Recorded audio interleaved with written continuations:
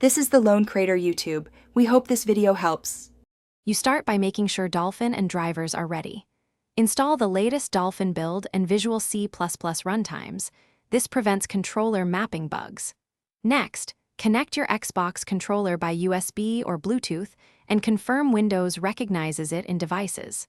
Finally, install or update Xbox drivers and open Windows game controllers to test buttons and sticks. Once done, you'll avoid common input quirks and be ready to map controls inside Dolphin without chasing missing dependencies. Now configure Dolphin's core controller settings step by step. Open controllers and choose emulated Wii Remote for gamepad mapping. Use real Wii Remote only if you have a sensor bar. Click Configure, pick X input as the backend to use your Xbox controller, then map a /B, home, D-pad, and both analog sticks.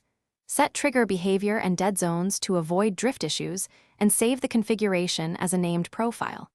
Once configured, you'll have consistent inputs across titles and a reusable profile for future sessions. Finish by applying profile and adjusting per game tweaks.